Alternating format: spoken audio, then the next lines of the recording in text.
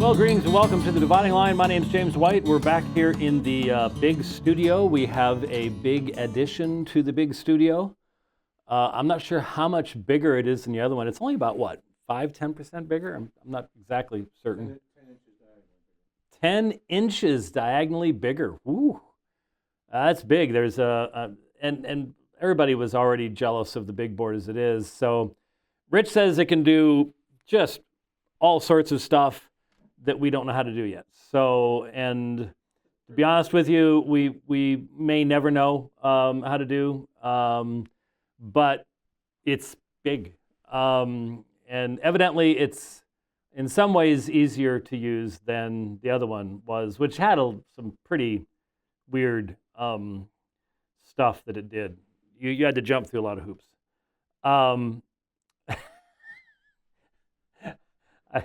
I look down here. Wow. Okay, so I posted, we're going to get into some really geeky stuff, geeky stuff, because later on, well, that was not a good time to go there.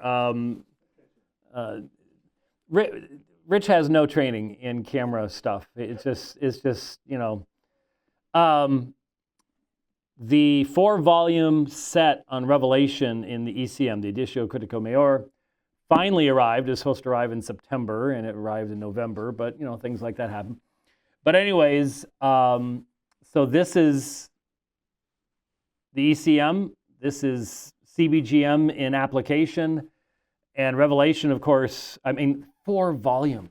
I mean, this thing is 500 pages long. It's huge, massive. And so I've been really looking forward to looking at it and to reporting to you all about it, because not everyone's going to be buying this thing, and it's not currently online yet. And I'm not sure how long it's going to be till it is online. My gut feeling when I was in Munster in 2019, so that was obviously before COVID, my feeling was that the online modules are sort of when we get around to it type things. And so I'm not sure when this is going to be available. Really, right now, only Mark and Acts are. The general epistles are sort of there, but it's such an old, clunky system that almost nobody knows how to use it. At least Mark and Acts are usable. And so hopefully this will be there. There's great disappointment each and every day. My understanding is the Gospel of John was supposed to be done a long time ago, that it was farmed out to a group in Birmingham. And the guy in charge retired and nobody else has taken the wheel, and it's just sitting there. So who knows when we'll eventually see that. It just strikes me that it's John or Paul's epistles would be what finally propels the ECM and stuff into the church's consciousness. Till then, it's just a few of us weirdos out here talking about it. But we will look through, I can't put it on board, but I can read it for you. We will look through was it 84? 84 or 87, I'll look again. Places where the new edition changes the main reading that was in the Nestle-Aland 28th edition. So if you have the current printed edition of the Nestle-Aland series, the 28th edition, there will be about 84 places there's been a change. And we'll look at them and see how significant they are or are not.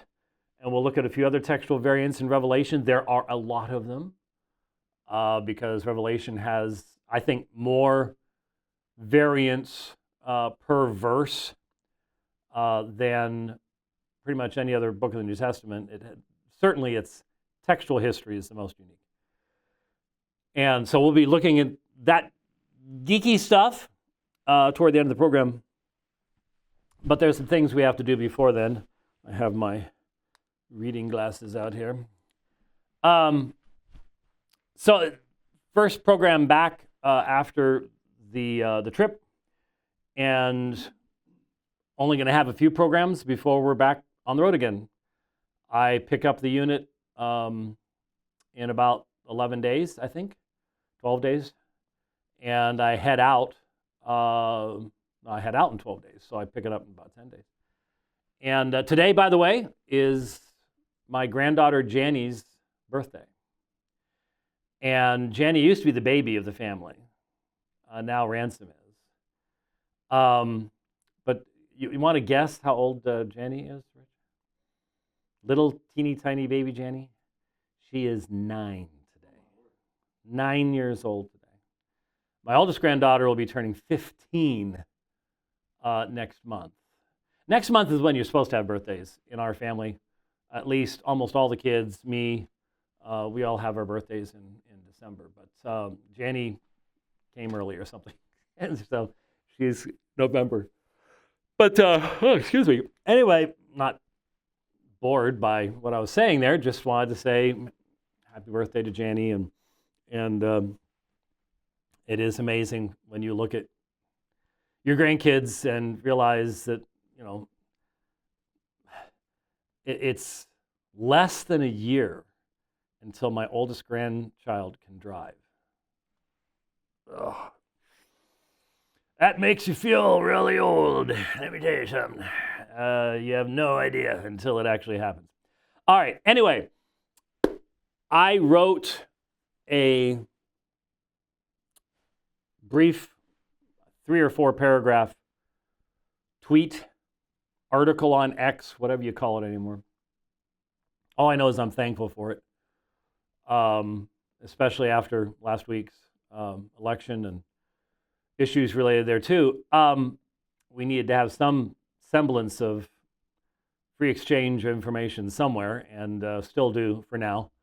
I'm sure that there's a big, huge target painted on Elon Musk's back by many people, and maybe in reality, sadly, I hope they take care of him and certain other people. Can you imagine what an assassination would do right now? The global impact, the global, wow, I don't even want to think about it, but it could happen. It really, really, really could happen. Anyways, I posted, it started off, yes, Nazism is a real thing. And yes, it is flourishing under the guise of Christianity amongst young men and women in ostensibly reformed churches. And I provided some examples. And I posted them. So let me show you what I posted. Here is, we're going to go ahead and use the big board here. Here is a Corey Mahler one, a recent one, very recent one. I think it was yesterday. And if you can't read it, it says, the message, that looks good. I thought you said you couldn't do that. Oh, okay. Rich is gaslighting me, folks, just so you know. He's telling me one thing, doing something else. It's just, so it's meant to make me look like I don't know what I'm doing. Okay, so I just want everybody to know what's going on here. I have a feeling the older we get, the worse this is going to become. I really do. 10 years from now, there could be fistfights on the dividing line, and it wouldn't last long because we'd both be exhausted after about 3 swings. But grandkids have to come in and pick us up and drag us off. Anyway.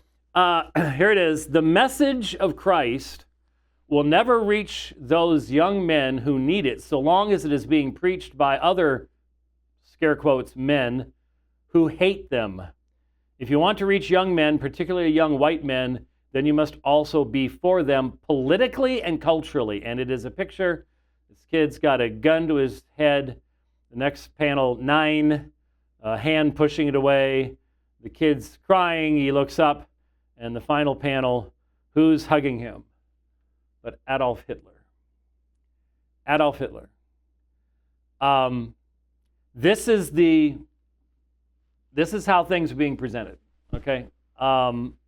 What's being presented is that we love young men. Now, young men, you need to understand something. These men do not love you. They detest you. They are using you. Just as the left tried to use young women and frighten young women and young men, and did. I mean, I had a video set up, I don't have it up right now, of one of these beta males after voting last week, talking about how he voted for Kamala Harris for the sake of his daughters and their right to control their own body. And I thought about this. You were protecting your daughter's rights to fornicate and murder your grandchildren. They already have the right to protect their body. And in fact, I am consistent. A rapist, upon clear conviction of the rape, should be executed. Not put in, swiftly, not put in prison for 20 years, but should be executed. It is a capital crime, and should be a capital crime in any culture that cares about women, cares about life. So she already has control over her own body. If she has children, it's between her and her husband. Not a lesbian lover, not somebody who just, one night stands, but her husband and her have the right to determine when she is going to have a child or not have a child. So the whole idea that I'm protecting her right to bodily autonomy, especially when you're voting for people who forced you to get the jab. By the way, so glad to see someone got a $12.5 million settlement. Man, I hope we start hearing about that for a long, long time. I'd love to see the SEALs that were kicked out get $12 million settlements too. I'd like to see a lot of these companies bankrupted for what they did. That'd be great. But anyways, the left used women. The left used that man, I forget which state he was in, who killed his wife and his children, and I guess his ex, so that Trump's religious views could not be forced upon them, and then committed suicide. Did you hear about that? Astonishing. But tells you how real the cult created by, not the media, we don't have almost any media in the United States any longer, but by the paid sycophants of the left, called the media, created with their incessant, repetitive lies. Well, young men, you look at Corey Mahler here, he loves you as much as the left loves women. And they don't. They hate women, but they use them. They use them for their own self-promotion. Corey Mahler doesn't know what the message of Christ is. The message of Christ is a message of grace, forgiveness, and love, where there is no Jew or Greek, male or female, bond or free. That's the message of Christ, is a gospel that goes to every tribe, tongue, people, and nation. Corey Mahler is an inveterate Nazi racist. He hates the Jews, and he hates anyone who will not join him in his hatred of the Jews. So he is a despicable, excommunicated man, and he does not love you. And the worst thing you can do to someone who's got a gun to their head is say the person who will save you is Adolf Hitler. This is insanity. It's satanic. It's demonic. It's disgusting. It truly, truly is. So I posted, this is one of the two that I posted. What?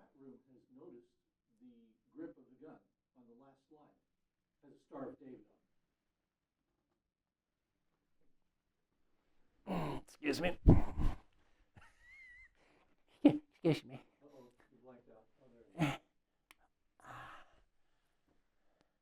You know what? It does. Okay. So there is a Star of David on the grip of the gun. That could be interpreted many, many ways. none of which are good, I don't think, in any way, shape, or form. I want we silence that word there.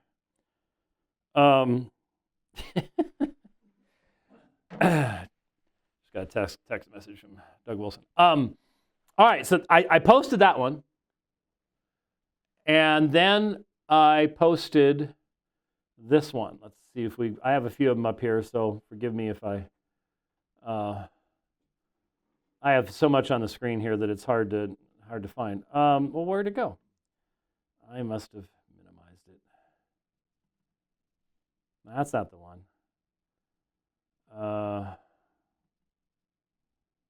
Let's see if, no, that's the same one. Not doing too well here. No, I want this one. Where did I close it? Hope I didn't close it. Sorry. See, I just minimized one that I didn't want to minimize. Having lots of space on your... How did I do that? I don't even know how I did that. Happens to me all the time. I don't even know how I did that. That's pretty cool. I posted this one as well. Sons of Korah. Okay, so they're using biblical terminology. Double-minded clerics preach the love of Christ to all nations. You mean like in Revelation chapter 5, maybe? Like in heaven? Something like that. Then turn to fervently advance the Babel agenda of Antichrist Jews against the European race, dispossessing white, capitalized, men of their spiritual and ancestral inheritance. Is this how Babylon the Great murdered Christendom? Okay. So here you have a blithering heretic with a plural name who doesn't understand what the love of Christ to all nations means, that this is central to the very essence of what the gospel is. Every tribe, tongue, people, and nation. That's what's proclaimed in heaven in pure worship. Then turn to fervently advance the Babel agenda of Antichrist Jews against the European race. So that's whatever wackos like this want to make it. You know, I mean, who can even define this stuff? It's whatever they want to see. It doesn't have any objective reality to it. Dispossessing white men of their spiritual and ancestral inheritance. So this is, again, the white supremacy, the white ethnocentrism that, you know, a couple years ago I would have said, I don't see any of this stuff. Now it's everywhere. Now it is absolutely positively everywhere. And it's just being thrown straight out there. And the frightening thing is it's accepted by so many, many people. So many, many people. This one I do have on the screen, so I don't have to worry too much about it. It will go over there. I was just looking at someone who had, again, commented in a nasty fashion on some stuff, and I clicked on the material. Some guy named Stephen G. Crusader Stephen follows me. Well, I think I may have removed him. I'm not sure. Notice we've got our Crusader there with his cross. Christian extremist, only been around since May of 2024, has a whopping 26 followers. So I'm assuming, and it's not completely the case, but I'm assuming that the large majority of the people we're looking at, not Corey Mahler, but the large majority of the people looking at are probably sub 25. Sure, there might be there was a 1689 guy who's just always been shooting at me for years and years and years. And lo and behold, he's part of this racist stuff too. Never would have guessed it, but I blocked him yesterday. But here's Stephen G., Crusader Stephen, and notice, I just looked down below, and 26 followers, I try to ignore stuff like that. I mean, a lot of people have suggested rule of thumb, only do only interact with people with more than 500 followers, which means they've actually invested themselves. They're real people. They actually exist. They're not somebody you've blocked before that just started a new account just to keep bothering you. But still, notice the pinned tweet. If people British values suck so much, then why? Man, he can't even type. While are all you filthy Muslims moving there? Filthy Muslims. That's the mindset of these people. Filthy Muslims. And then notice on August 12th, we're so back. 3 white cornerbacks are expected to make NFL rosters this season, and it mentions who they are. So if you have, the last time a white cornerback started in a game was over 20 years ago, and there have only been 15 white cornerbacks in NFL history. So if you've got white cornerbacks, ooh, wow, we're back.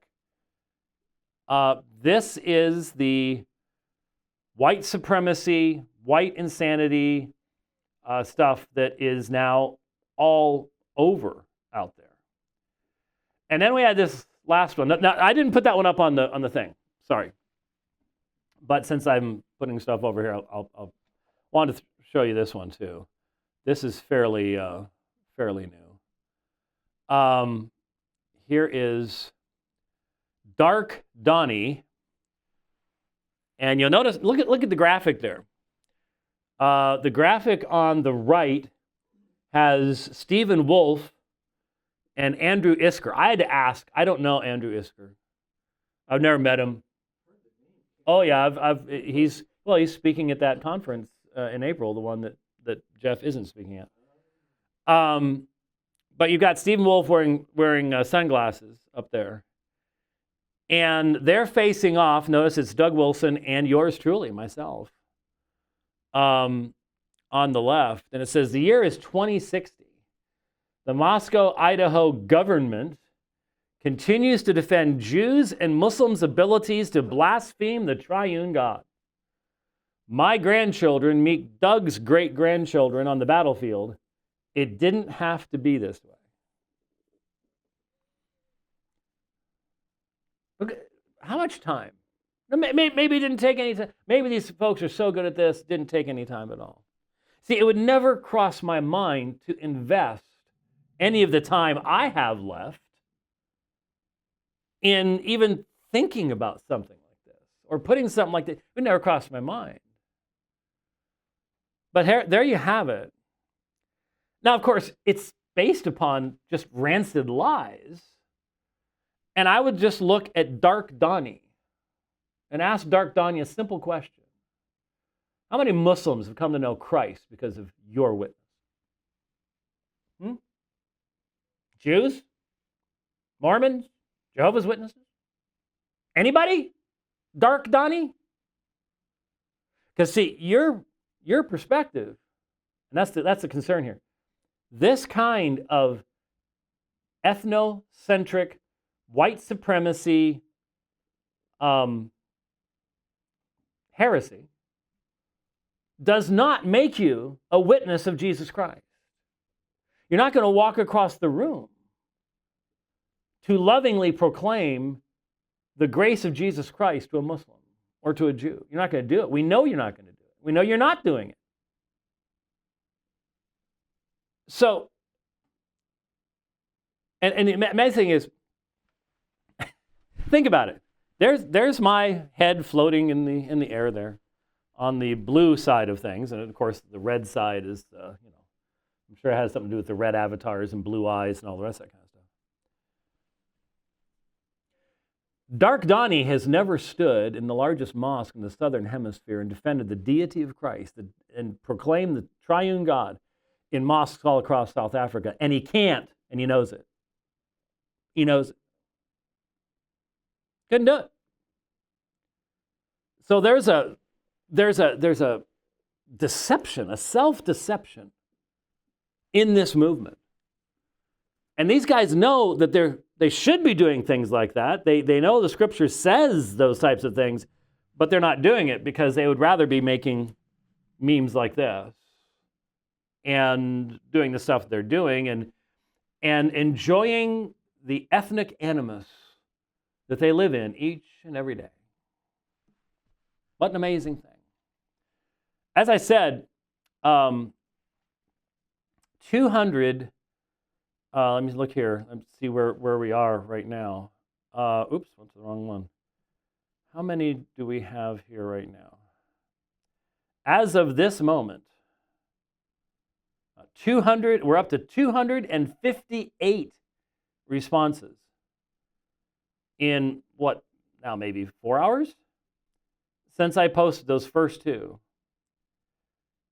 And my final paragraph was, if you're consumed with hatred towards some group, whether it be Jews or Muslims or leftists, or whatever target your particular situation affords to you, Jesus says, repent of it. There is no room in the flock of Christ for hate. Love one another is a command of the shepherd. If you will not lay down your hate, you cannot follow the shepherd. Well,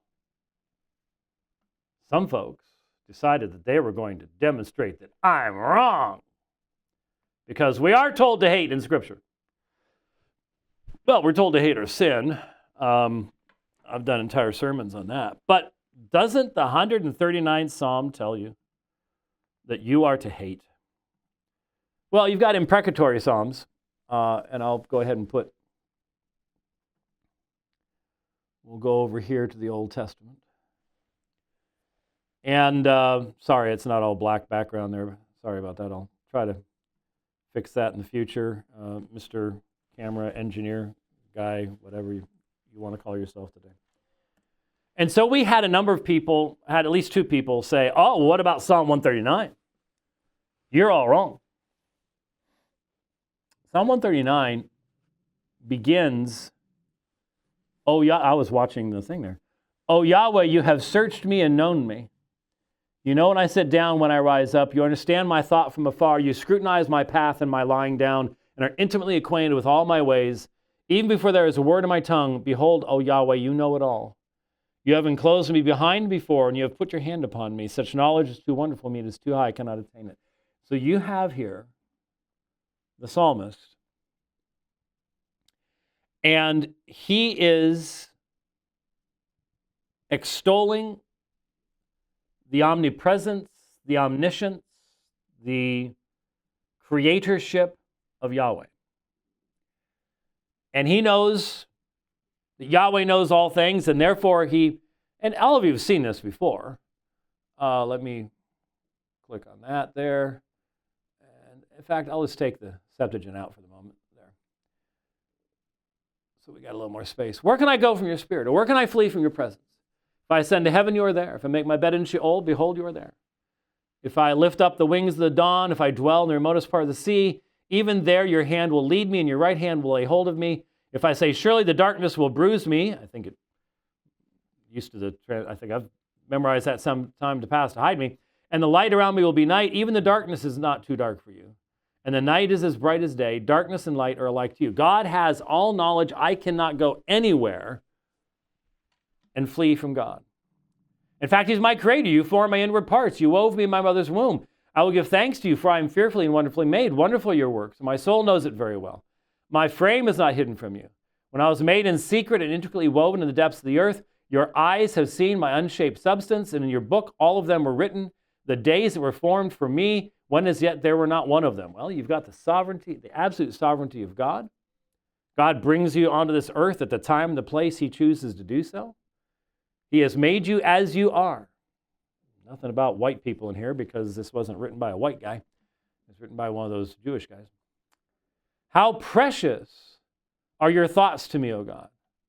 How vast is the sum of them. If I should count them, they would outnumber the sand. When I awake, I am still with you. Here is someone who is open toward God, whose heart is open before God, who wants to think God's thoughts after him and wants God's presence in his life. This is where the psalmist is. Oh, that you would slay the wicked, O God. O men of bloodshed, depart from me, for they speak against you wickedly. And your enemies take your name in vain. Do I not hate those who hate you, O Yahweh? And do I not revile those who rise up against you? I hate them with the utmost hatred. They have become my enemies. Why?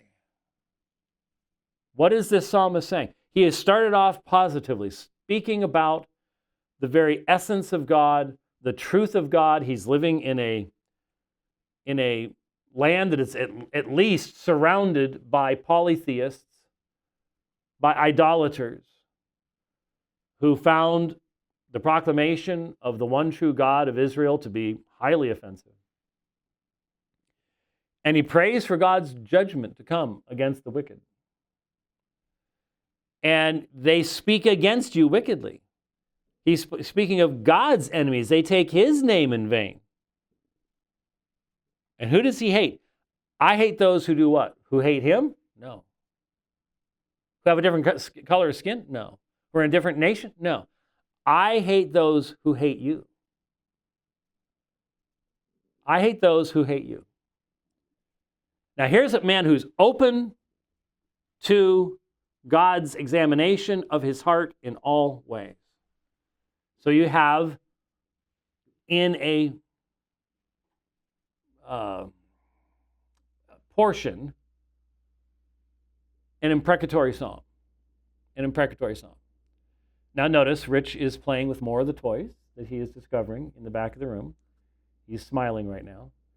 And he's now put our text down below.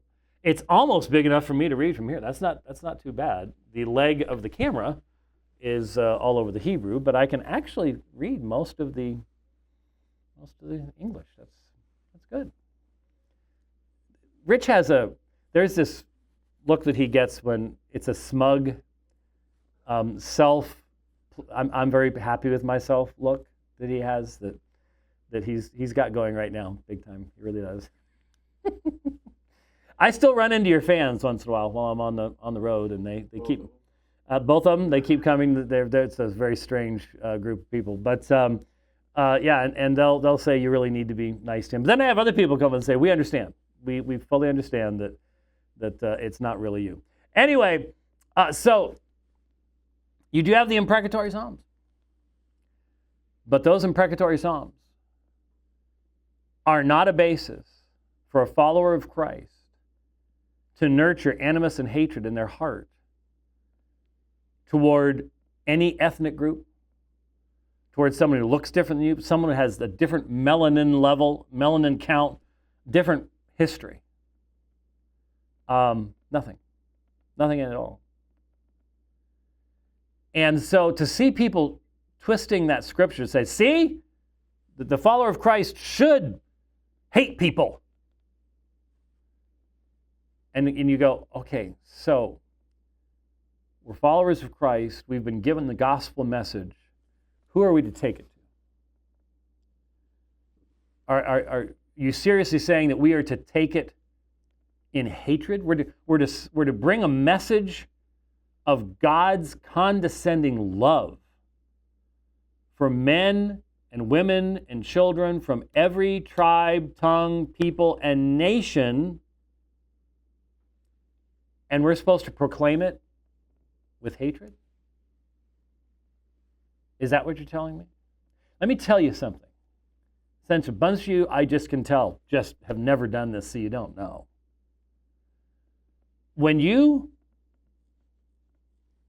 If you stand on the sidewalk outside of the south gate of the Mormon Temple in Salt Lake City, Utah, it used to be a really busy place, not quite as busy anymore, and you speak with someone for, let's say, 20 minutes, and you are passing out a tract that presents the gospel in a way that Mormons would be able to understand it, specifically seeks to communicate with them. Let me tell you something. People can tell whether you are simply repeating a mantra, repeating words you were taught, repeating words that you've written down inside the flyleaf of your Bible. They can tell whether you care about them. They can tell whether you really mean what you're saying, or whether you have animus, hatred in your heart toward them, whether you're looking down upon them, whether you despise them,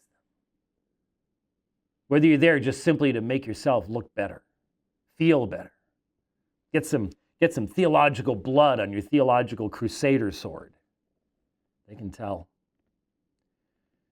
And when I started seeking to get to know the Muslims that I was doing debates with, to sit down and have lunch or dinner with them, to express to them my concern for them, my care for them as an individual, changed everything. They didn't know what to do with me. I wasn't compromising my message. I wasn't changing what I was saying. But they had to deal with someone who could argue against their position, but they could not dismiss their animus toward me because I didn't have any animus toward them. Changed everything. Changed everything. And so the stuff that I've seen over the past few months online, people saying, once a Jew, always a Jew. The vile filth. I blocked someone 10 minutes before the program because they used vile sexual insults just toward me. There might be a few confused people here. The vast majority of these people have no earthly idea what the gospel is, never heard it, don't understand it. Certainly not trusting in it. Certainly not trusting in it. That's obvious. And so when our people start spending time with people like that, bad company, good morals, heard that line before? Corrupts, good morals. So it truly is, people saying this is all you talk about anymore. No, it's not. Stop lying. It's way too easy for you to lie. It just happens so easily. Stop it. That's not all we do. The last debate that I just did was on what? Was on the concept of the Mass in Roman Catholicism. We're going to finish this program up talking about textual criticism, for crying out loud. But we are sounding the warning because we have to. I did not see this. I had never gone down any of the rabbit trails into the disgusting, vile, dark corners of the internet where this stuff thrives. But it's coming into our fellowships. Pastors, you're not going to be able to avoid this. If the people in your church have access to the internet, they're going to have access to this stuff. And these people come along and they dress like us and they talk like us and they use our language all for a specific reason. They're pseudo-Delphoi. They're false brethren. And they're sneaking in. Galatians 1 and 2. So you have to. I know you don't want to. I don't want to either. Last thing in the world I wanted to be doing. But this stuff is there. And it must be dealt with. You must warn your people. You must positively preach on texts like Revelation chapter 5. What has the Lamb accomplished? He has purchased for God a kingdom from every tribe, tongue, people, and nation. Every!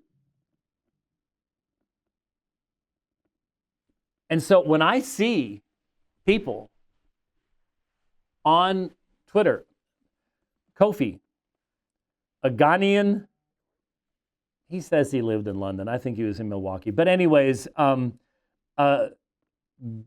his entire ethnicity is Ghanaian. He's as black can be, black African.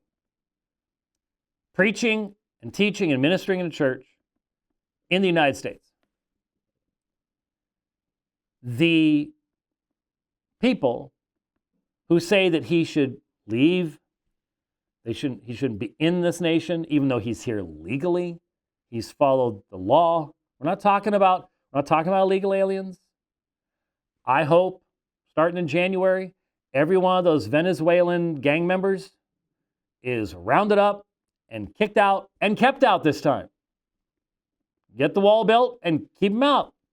We don't need gang members. We don't need violence. Don't need any of that. You've got to follow the law, and the law needs to be meaningful. It has to be followed. So I don't have any problem Sorry, you came illegally, you're going to legally leave. That's not an issue. That's not mistreating anybody. As long as you have an immigration policy that allows people to come here, following the rules, following the process, learning the Constitution. Almost every single person who has become a citizen of this nation through that process knows more about the Constitution of the United States than almost any graduate of any high school in the United States. That's the sad part. But it's reality. And I know most of them love the nation more than most people who were born here because you love what you had to work for. Let me tell you something. If you call yourself a Christian and you say Kofi, a faithful pastor, a man laboring the word of God, should leave that church because he's gone in, I want nothing to do with you. You don't understand what you're talking about, but you will be judged for what you're talking about. If you're a Christian, man, I do not want to see what the Lord's going to say to you. But the greater probability is you don't have a clue what you're talking about, and you're not a Christian. I don't know how anybody can come up with this stuff. I really don't. It's satanic. It's demonic. And any faithful pastor had better be speaking up. I don't care what they're going to say about you on social media. Grow some skin, for crying out loud. This is not something to be played with, and you cannot try to disciple these people. You cannot pastor them from afar. It's not possible. It's disastrous. So, Samuel Say, Kofi, these folks who don't have to worry about the sun nearly as much as I do. I just simply look at them as my brothers in Christ. And if you can't understand that the imputed righteousness of Christ and the presence of the Holy Spirit makes someone much more close to you than any amount of blood and soil, you're not a Christian. You don't understand the gospel. You don't get it.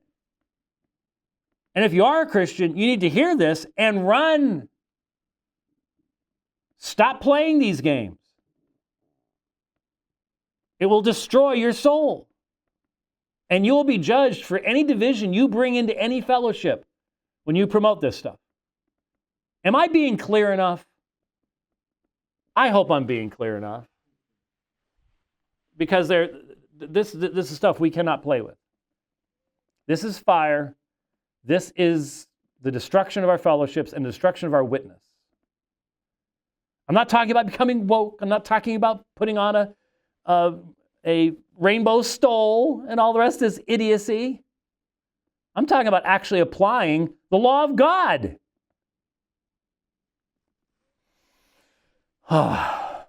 Absolutely, positively amazing what is going on. All right, so we only have, oh, good grief. And I can't go much over. I might be able to do 10 minutes at most, but I can't go too much over here. All right, shifting gears. We're not going to be firing any more atomic weapons. Here it is, Novum Testamentum Grecum Editio Critica Maior. Again, for those who are not familiar with what this is, when it's finished, I don't know how many volumes it will be. It will, Revelation's 4 volumes in itself. That doesn't mean that the 4 volumes are all the text. This is all of Revelation right here, all the way through chapter 22. It's, how many pages? What is it again? Just under 500. 500 pages long. But let me show you. If you can see any of that there. The Greek text is only the lines at the top. Everything else is notes. So that's why so much space is being taken up with the book. Once again, as I said earlier, for Acts and Mark, you can go online and see all this stuff. Really nice interface and stuff like that. Not for Revelation yet. And I contacted someone the only person I know who might know, and he didn't know. So I don't know when it's going to be available. And If anybody out there does, please let me know. Or if you sort of have the time to do this type of thing, which I don't, keep checking and contact me when it does become available, because it might take me a few weeks to find out one way or the other. So far, Mark, Acts, and the general epistles have been published. I've been told Matthew is next. As I mentioned, John is in limbo in Birmingham someplace.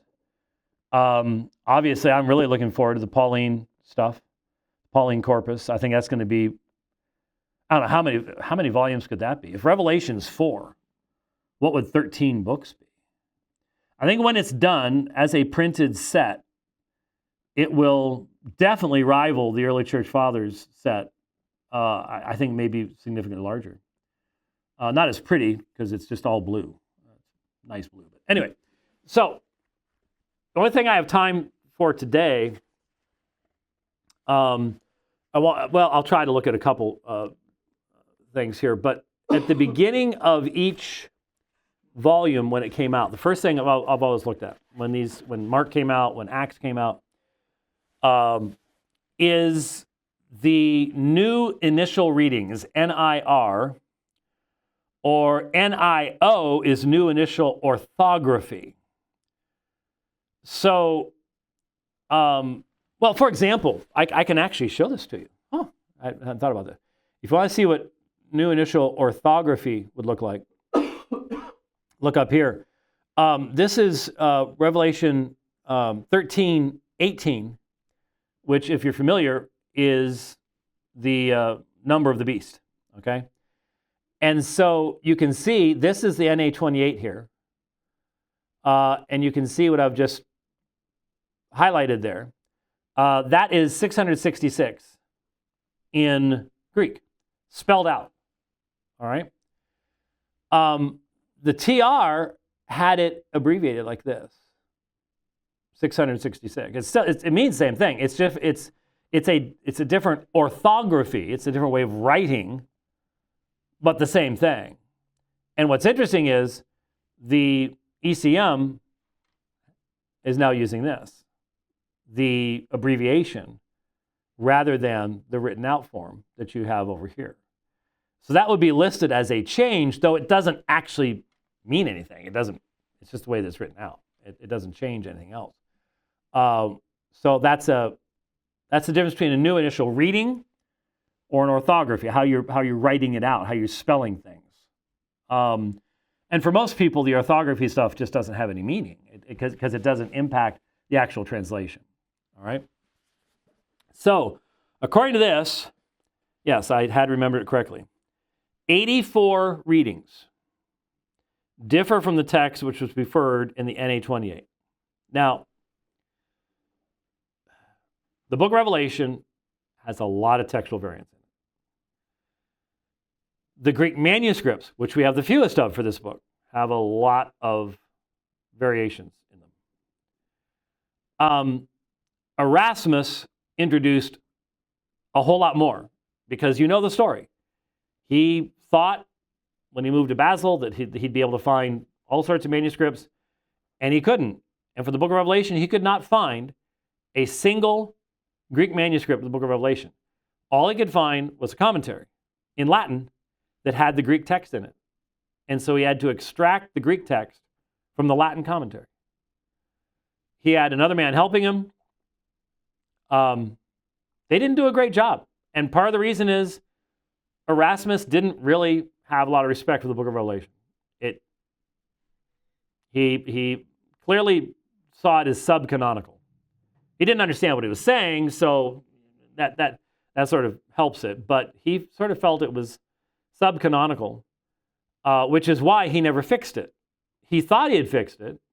He knew there were problems in his first edition, but I've told you the story before. He told the printer to go get another Greek New Testament that had been published since his own. The problem was, Align? Was it Align? It starts with a name. The Align brothers, I think is what it was. Anyways, they had just used his book of Revelation for their own. So there wasn't anything to fix, wasn't anything to change. And he never went back and visited it. He had, he was trying to keep from getting burned by the Inquisition. So I guess I get it. But Revelation has a very unique character to it. So there's 3 more volumes, pretty much the size of this, just in the studies and commentary on the various manuscripts, variants, how to understand Revelation is textually and stuff like that. That's what the other 3 volumes are. So there you go. So when you think of 22 chapters and you have only 84 places where the Nestle-Aland 29th edition, when it comes out, whenever that will be, I don't know when. I'm sure they've made that decision as to when they're going to put out another edition of the Nestle-Aland text.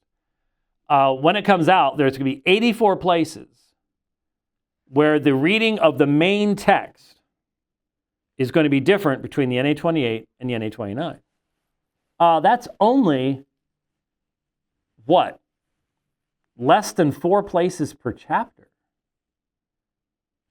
And many of these differences, the vast majority of these differences, do not impact the meaning of the text at all. They would be hard to explain. So there's only 2 in chapter 1. One, they've reinserted dia, which you'd be able to tell by the case endings what it was functioning as. It had been omitted in the NA28. That's in 1:9. And in 1:13, the phrase, as a son of man, the NA28 had son in the accusative, huion, and the ECM has the dative, huio. That's it. That's all in chapter 1. So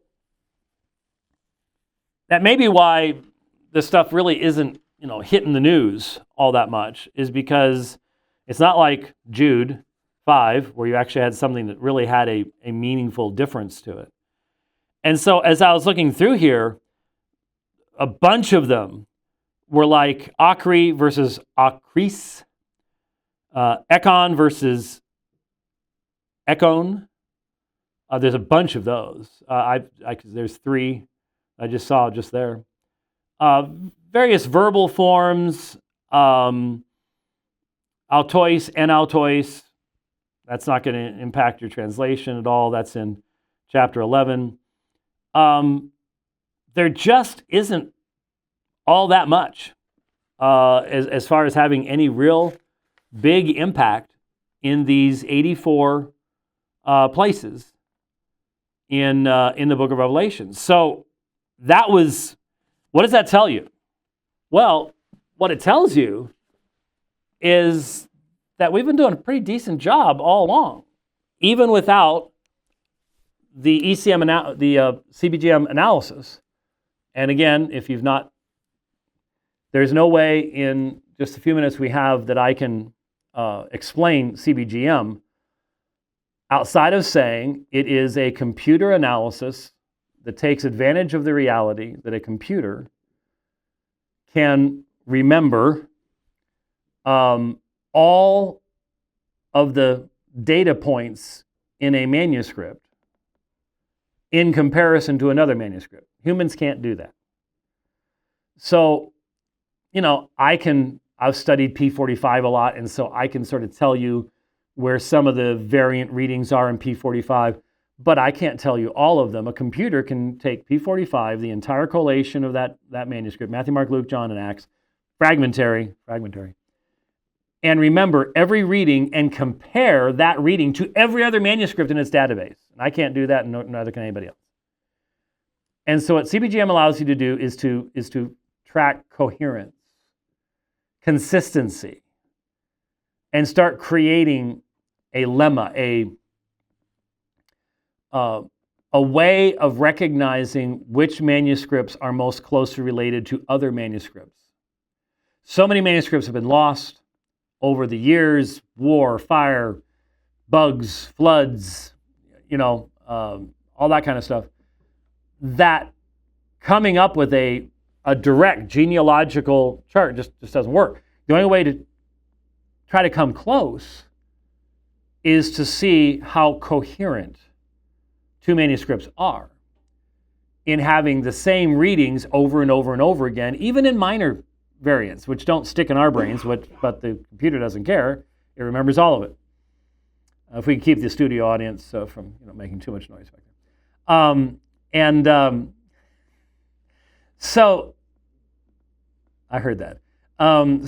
So CBGM allows us to do pre-genealogical and post-genealogical coherence studies, and hence to have a new tool to help verify the internal and external analysis that we've been doing for a long, long time. And what we're discovering, given the rather small number of changes, is that we've been doing a fairly decent job. In fact, a fairly consistent job all along in the analysis of these variants. So one of them that struck me, a variant that struck me, is in Revelation chapter 14, right after the 666 thing. I have here up on the screen, let me scroll down to there and take these off because that's nice big font so I can see it real nicely. And we will, for the first time, draw on the board. It's a little bit easier to do than has been done in the past. But you have, notice over here in LSB, having his name and the name of his father written on their foreheads. Okay? So here's his name is Ta'anima Altu. So these 144,000, they have his name, the Lamb, they have his name written on their foreheads. And Kai Ta'anima Tu Patras Altu, Gegramenon Epiton Metopon Alton. So you have his name and the name of his father written upon their foreheads. And that's what you have here in Revelation 14:1. Well, what's interesting is this is the Textus Receptus. This is the TR. Again, there is no one official version of the TR, but having Ta Anima Tu Patras Autu. So what's missing? The name of the Lamb. The name of the Lamb's gone. It just simply says, and if you look at the King James, having his father's name written upon their foreheads. Now, when I look at, and one of the things you need to understand,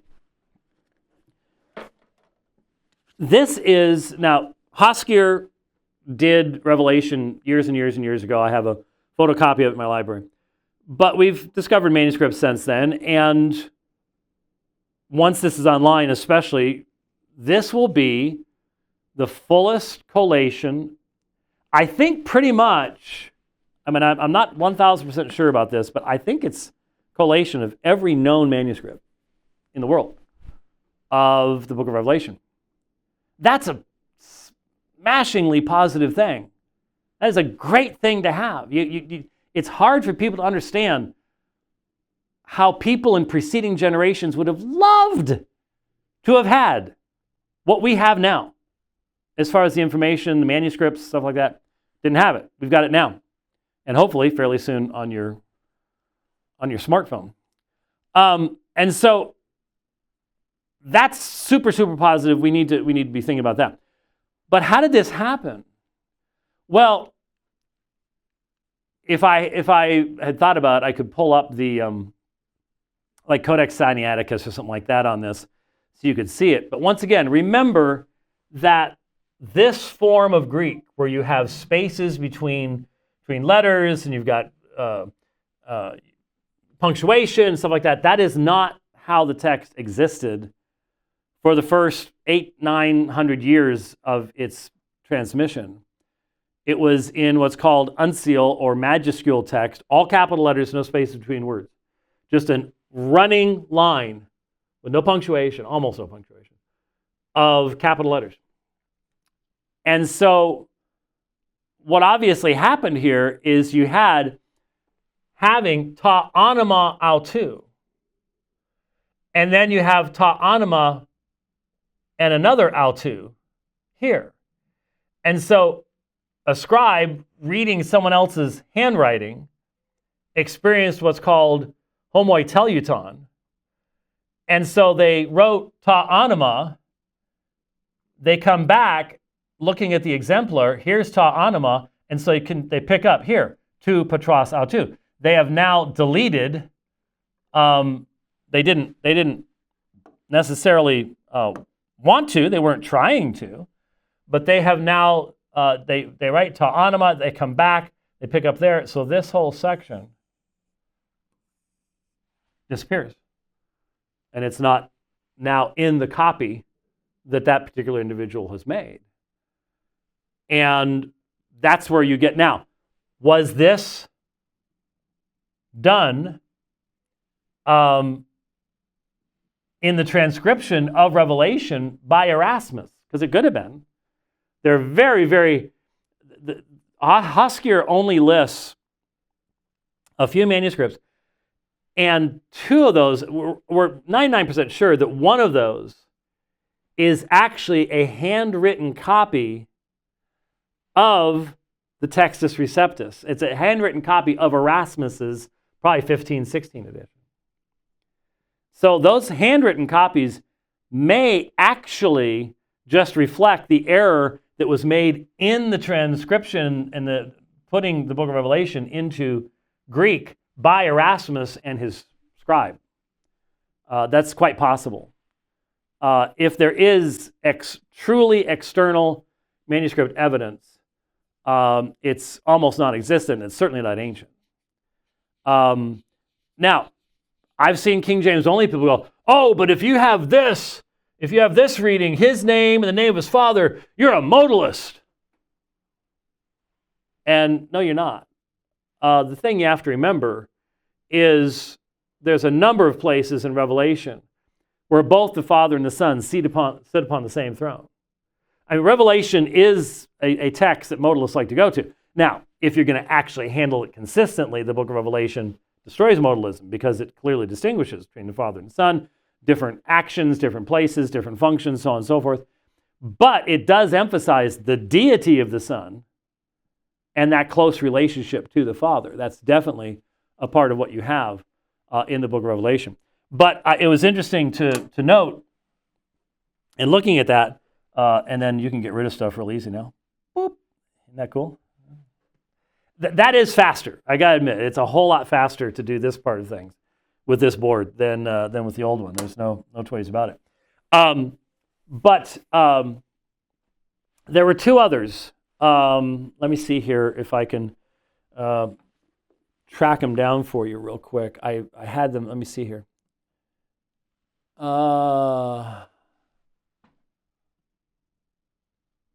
Yes. Here's a good one. The variant here is right there. And doink. So we have a, let's use a different color. Yeah, there we go. I do wish it would just start over there. There's probably a way to save it there.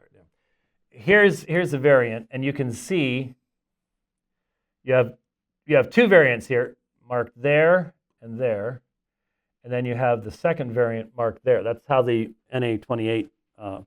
So this is the King of the Nations in the NA28, and then over here in the TR, Basileus ton Hagion, the King of the Saints. King of nations versus king of the saints. Now, what's interesting is the ECM doesn't even have that as a variant. Saints as a variant. It's not, doesn't even list it. Because again, it's those few, probably handwritten copies of Erasmus's work. And, I guess you can sort of see how you might confuse these two. I mean, they both end with, sort of, I don't know. But in the fullest collation to date, it's not even, doesn't even register. And hey, there is theological significance to that reading. King of the saints is different than king of nations. There's a theological difference between those readings. And there's one other, because I'm sure I've gone over time already, yes. One other here, just to keep all you geeks happy out there. Yes, this is an interesting one. Notice Revelation 5:14. And again, this is a situation where, the current critical text just goes, yeah, we don't know. We're not even going to talk about that because it doesn't really appear. It's not a possible original reading. And the four living creatures, so Revelation 5:14, we were talking about earlier what the Lamb does. And the four living creatures kept saying, Amen, and the elders fell down and worshiped. And so that's exactly what you have in NA28, the only variant being exactly how you have kept saying or said, probably. I don't have it up here right now. I could bring it up. Well, let's just look at it. No one's going to do... Oh, I can't do that when I've got that up. That's right. The cursor goes away. Anyways, I'm sure it's just a difference in the form of Lego. And the elders, the Presbyterians, fell down and prosekunesan, they worshipped. But look at the TR. So here's Presbyterians. They fell down and worshipped. But there's a fair amount of stuff added here. This whole line is added. And then you have zonti eis tous ionos ton ionion. And so this whole section here is added in the TR, but there's, again, there's just almost no manuscript evidence substantiating it whatsoever. There's lots of places like that in the TR, and that means they're in the King James Version of the Bible. And so I would say, especially if you're preaching Revelation, you have to be aware of this. You have to be aware of the fact that if you are using the King James, that you are using a greatly rushed, I guess would be the only way I could put it, a greatly rushed editing of the text of that book. And you should really make sure in your preparation to check the critical text and to not base anything upon a textual variant that is actually found in almost no manuscripts or no manuscripts at all. I am not in any way, shape, or form discouraging anyone from preaching the book of Revelation. Not doing that. But I think if you're going to be honest to your people listening, that's something you need to be looking at. All right, so I am certain that by now Rich has a whole list of things he wants to change about how things are laid out. Take it down, start over. He's going to take it all down and start all over with. Okay, well, I'm not going to be helping with that. And so I have a feeling this is going to move over here a little bit, and oh, okay, never mind that. It's staying right where it is. Maybe he's just going to get rid of me. That may be the way that works. I don't know. Anyhow, All right, so there's some super duper geeky stuff for the super duper geeky Greeky people, and got to keep those people happy because they can get really, you don't feed them and they get really nasty after a while. But then some really important stuff. A warning to the church. Fellow pastors, keep your eyes open, keep your ears open. Try to find out what especially your young men are listening to, because these people are trying to sneak into the church. And they need to be called out where they are. And that's vitally important. All right, so, well, you know what? We're getting into the holiday season, and my family is going to be celebrating Thanksgiving about 5 days early so that I can get on the road.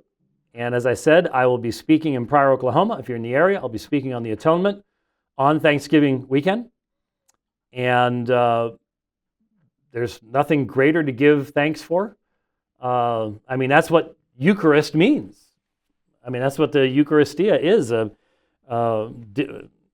meal of Thanksgiving. So I'll be there in Pryor, and then the next weekend we'll be in St. Charles, addressing God's response to the LGBTQ revolution. And that could have some very interesting folks attending. I hope so. I hope lots of folks will come and will listen to what is being said. So lots of preparation to do for that. But those are the things we have upcoming right now. I am now starting to finally, now I feel the freedom to start planning 2025. A little bit late on that, obviously. But I may be throwing out to some of my friends in West Texas. I need to get hold of you guys. Amarillo and West.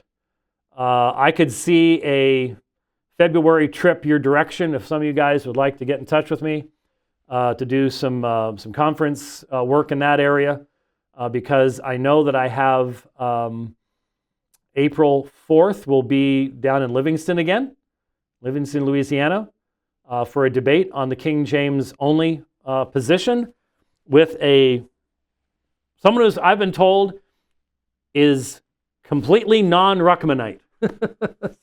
so that's kind of person I can reason with. I can deal with that. And so we'll be building out from that in the Louisiana area. So some of you down there in Louisiana, get a hold of Brian Gunter and say, hey, we'd like to work something out too. Let's see if we can do something in that area at the beginning of April. So got things going on there, and we'll be working on that stuff. So keeping busy. Thanks for watching the program today. We will see you next time. God bless.